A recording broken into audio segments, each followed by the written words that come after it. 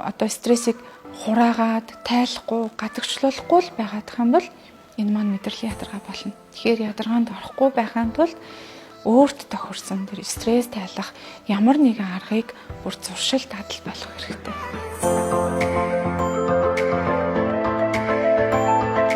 Бид энэ удаа Better Mind нойргүйдэл сэтгэл заслын эмнэлгийг онцолж ирээд байна. Манай улсад сэтгцэн эрүүл мэндийн үндэсний төв гэх ганцхан эмнэлэг байдаг. За бид энэ эмнэлгээр үйлчлүүлэхийн тулд дунджаар 3-аас 4 сар хүлээх ийм нөхцөл шаардлага үүсдэг. Тэгвэл энэ орон зайг нөхөж Better Mind эмнэлэг за нойргүйдэл сэтгэл заслын үйлчилгээг явуулж байгаа. За бид сэтгэл засалч эмч мандахтай нойргүйдэл болон мэдрэлийн ядаргааны талаар ярилцлаа. За мэдрэлийн ядаргаа нойргүйдэлд өртснөө яаж мэдэх, үүнээс хэрхэн сэргийлэх талаар ярилцлагыг үзэгчтэй хүлээн авна уу? За манай эмнэлэгт голчлон хандж байгаа хүмүүсийг ажиглахад бол ихэвчлэн эдгээр залуу насны яг эдгээр одоо хөдөлмөрлөж байгаа насны хүмүүс маань ихэвчлэн ханддаг. Ихэвчлэн мэдрэлийн архаг ядаргаа буюу тархи маань ядарсан стрессийн түвшин өндөртэй нойрны хямралтай хүмүүс маань ханддаг л да. Мэдрэлийн ядаргаа гэхээрээ бие махбод маань биш тархи маань ядарсан гэсэн үг л дээ. Нөгөө ядрах, сулдах, эрч хүч маань алдагдах,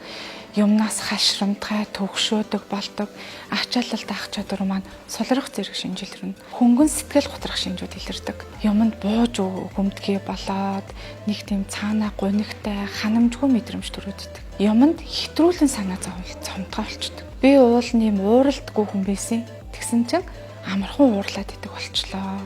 Амархан юмд гомддог боллоо.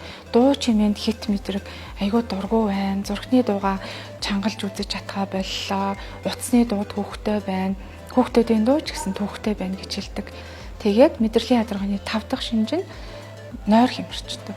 Хүмүүс маань одоо унтаад л ах юм бол миний нойр зүгээр гэж боддог. Тэгтэл унтаад байгаа мөртлөө өглөө босоход нэг тийм амарсан мэдрэмж төрөхгүй. Харин ч эсэргээрээ ядарсан, толгой өвдсөн, хүзүү мөрөөр чийлсэн, ахиад унтмаар юм шиг санагдах, эсвэл өдрийн цагаар нойр хүрээл, эвшээлгээл ингээд байх маань нойрны хямрал буюу мэдрэлийн ядаргааны үеийн тэр нойр ханамжтай биш байна гэдгийг илтгэдэг. Мэдрэлийн ядаргаанд орсон байгаа үед бол хэдүүлээ бүгдийг нь багцлаад эмчлэх шаардлагатай болно. Ядраад байна гэж зөвхөн одоо витаминдээ тусалж юм уу, витамин уугаад, амралтанд яваад, массажинд орлоо гэд тэр нөгөө 5 илэрж байгаа багц шинжийн ердөөсөө ганцхан шинжтэн л нөлөөлж байгаа. За мэдрэлийн ядаргааны голлох шалтгаан бол ажил амралтын хуваараа зөв зохицуулаагүйгээс мөн стресс тайлах одоо өөрт тохирсон аргагүйгээс болж голчлон үүсэж байгаа юм. Ажилтдаг шигээ адилхан хүнд амралт хэрэгтэй байдаг ахна л дээ.